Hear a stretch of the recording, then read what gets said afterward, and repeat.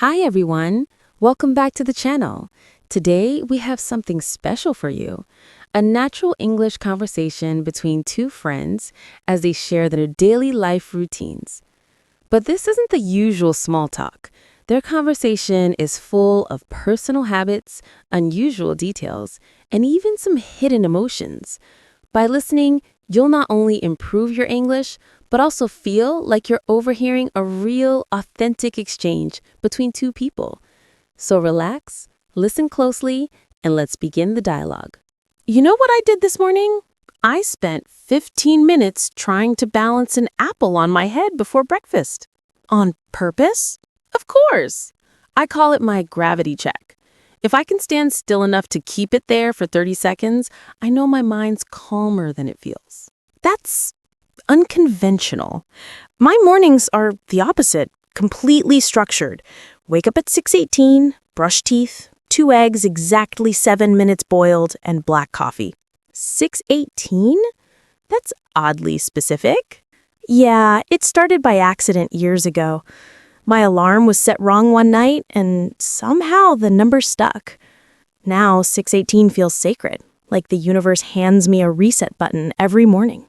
That's strangely poetic for boiled eggs. Smiles. And your apple routine isn't poetic. Touché. After the apple ordeal, I sketch the first thing I see outside my window. This morning, it was a pigeon that looked like it had eyeliner on. I gave her a whole backstory. Does she have a name? Obviously, Maribel.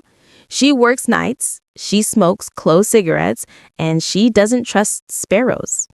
Laughs. Meanwhile, my mornings are spreadsheets. I log the weather temperature in an old notebook before leaving for work. I've done it for 12 years straight. Every single day, every one. My partner teases me, but it feels like a record of time passing. Even if I forget everything else, I'll know it was 62 degrees on September 12th, 2013. That's almost romantic in a numbers way. I don't think anyone's ever called my spreadsheets romantic. I just did. So what about afternoons? Mostly work, but here's my quirk. I hum under my breath when I find an error in data. Different tunes depending on the mistake. A missing value gets a quick whistle. A wrong formula? That's a full verse of some random song. So your spreadsheets get their own soundtrack. Exactly. And you? Oh, afternoons I go for a walk and try to notice something absurd. Like yesterday, a man was carrying a ladder and whistling, but every time he passed a tree, he stopped and looked up like he was expecting a sign. I still can't figure it out. That sounds like performance art. Or a man with a very strange job. Either way, I wrote it down. I keep a notebook titled Unfinished Mysteries. I like that. Mine would be titled Tiny Glitches. Evening routines? Mostly cook the same pasta every Tuesday, not because I love it, but because when I was a kid, Tuesday meant pasta night. I guess I'm keeping the tradition alive, even alone. That's bittersweet. My evenings are... I read poetry aloud to my plants. They seem to lean closer when it's Neruda. Maybe they're hopeless romantics too. Or maybe I am, and they're just patient listeners. Funny how our routines betray us like that. They're not just routines, they're diaries in disguise.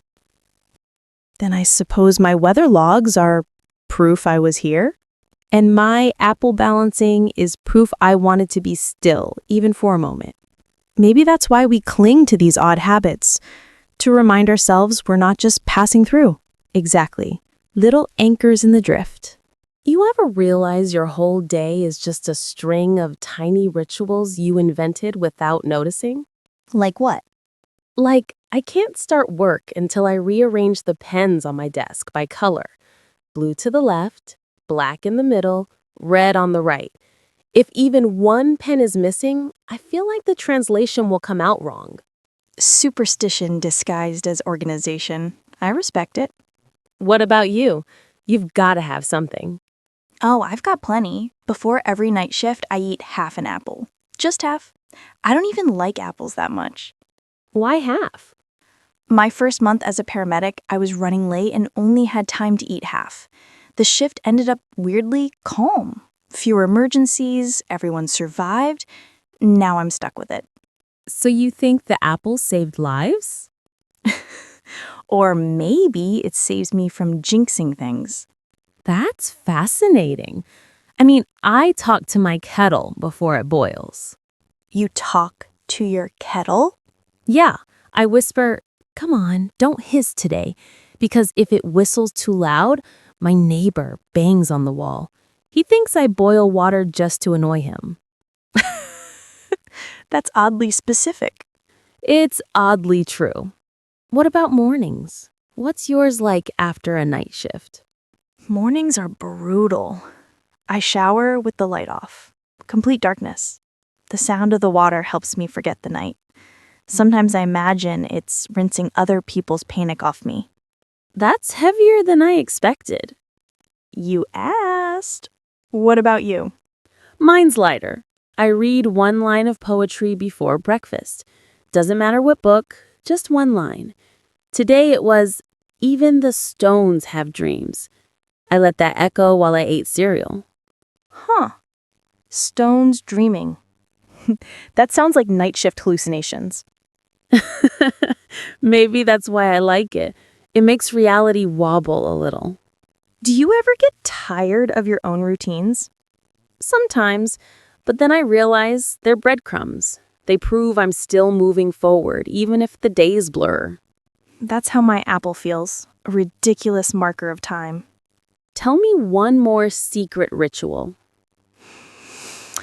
Okay. When I get home after sunrise, I take a picture of the sky on my phone. Same street corner every time. I've got hundreds now, almost identical, just shades of light changing. That's beautiful. Or obsessive. Depends on how you look at it. Both can be true. I mean, I keep a jar of failed words. Whenever I can't translate a phrase properly, I scribble it on a scrap of paper and drop it in. The jar's half full. Failed words in a jar. That sounds like an art installation. Maybe one day.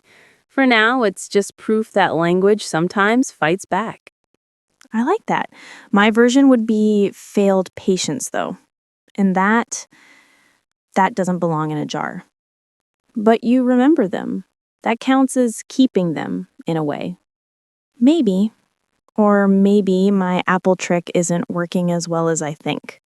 Or maybe half an apple is just enough for you to keep going. You think so? I do. Routines are weird like that. They're survival in disguise. You know what I realized today? I start every morning counting the number of steps from my bed to the kettle. 12. Always 12. But if I miscount, the whole day feels off, like I've walked into the wrong script. You count your steps? That's oddly precise. Well, you make furniture. You understand measurements. True, but I don't measure my mornings. I just stare at the ceiling and argue with myself about whether brushing my teeth before coffee is a waste of mint. And who wins the argument? Coffee usually bullies me into submission. Then I brush. Twice. Like it's an apology. That's actually charming. I sip water with lemon before anything else. My grandmother swore it wakes up the liver. I don't even know if that's real, but I cling to it anyway. Sounds like your liver's the first one to clock in. Mine's usually still drunk on last night's pizza. Do you ever have little rituals at work? Yeah. Before I touch wood, I knock on it. Once. Like asking permission. My coworkers think it's superstition, but I just respect the material, you know? Trees had whole lives before I cut them down. That's unexpectedly poetic. Don't tell anyone. Ruins my reputation. Speaker to the poet carpenter. I like it. What about you? The library must be pure routine. You'd think so, but I add my own strange layer. Every morning, I hide one book. Hide it? Why? To make the day a little treasure hunt for whoever stumbles across it. Yesterday, it was a cookbook inside the gardening section. That's wicked. Do people notice? Sometimes. I once saw a teenager open a physics book and find a poetry collection instead. He sat there for an hour reading it. It felt like planting a secret garden. That's honestly brilliant. My routine feels dull compared to yours. Not dull, honest.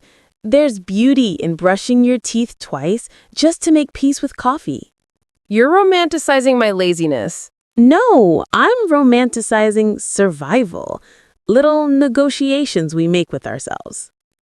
Survival. Yeah. Some nights I eat dinner standing at the counter. Not because I'm rushed, but because sitting feels too heavy. I get that. I eat in silence. No phone, no music, just chewing.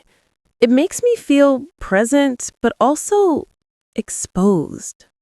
Funny how routines reveal what we're hiding. Exactly. Like how I water my plants twice a day, even though they don't need it.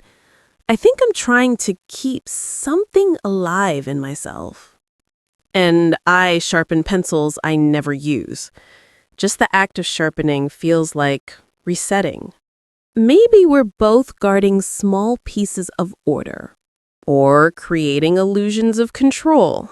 Same thing, isn't it? Maybe, but I'll tell you, when I knock on wood, I feel less like I'm taming chaos and more like I'm greeting it. That's beautiful, speaker two. Careful, you'll make me believe I'm more poet than carpenter. Maybe you are, and maybe I'm more gardener than librarian. Then maybe our routines aren't routines at all. Maybe they're secret identities. After a pause. I like that. Every day we perform little disguises, and no one even notices. My mornings start at 7:13. Not 7:10, not 7:15, 7:13. I don't know why, but it feels like the only number that doesn't betray me. That's oddly specific. What happens if you wake up at, say, 7:16? Then the whole day feels tilted, like I missed the opening credits of my own life. You treat time like it's a fragile glass vase. My mornings are a coin toss. If I've worked the night shift, I wake up at noon. If not, I still wake up at noon, just with guilt attached. So, no routine? Oh, I have one. I stare at the ceiling fan for a full 10 minutes. It's my daily staring contest. If it squeaks, I know the day will be annoying. If it's silent, I get hope. That's bizarre, but also comforting, like the universe gives you omens through appliances. Exactly. Appliances are honest. People, not so much. My kettle betrays me all the time. I wait for it to whistle, but sometimes I forget I even turned it on.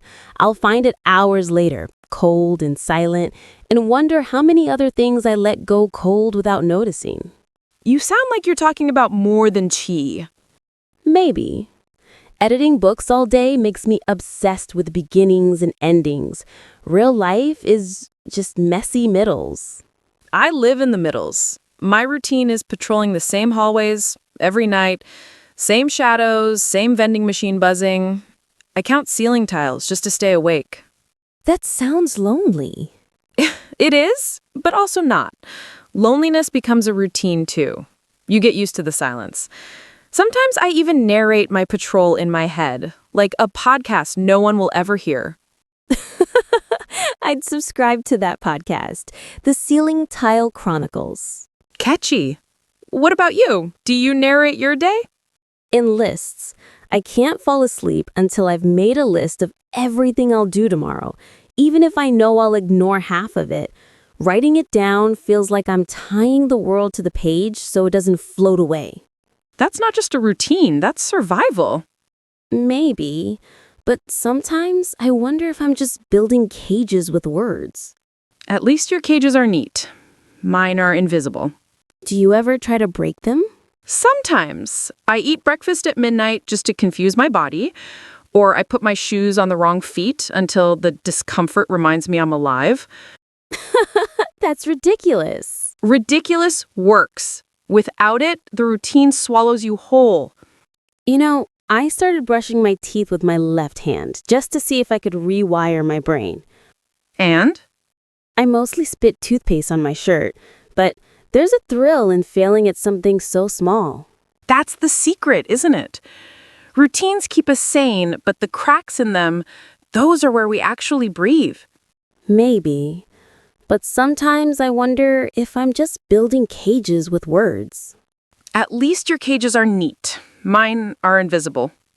Do you ever try to break them? Sometimes.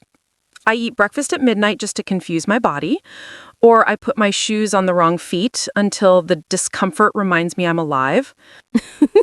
That's ridiculous. Ridiculous works. Without it, the routine swallows you whole. You know, I started brushing my teeth with my left hand just to see if I could rewire my brain. And? I mostly spit toothpaste on my shirt, but there's a thrill in feeling at something so small. That's the secret, isn't it? Routines keep us sane, but the cracks in them, those are where we actually breathe. Maybe that's why I wanted to see you today. My routines are too tight lately. I needed a crack in them. Then I'm glad I'm good for something besides counting ceiling tiles. More than good.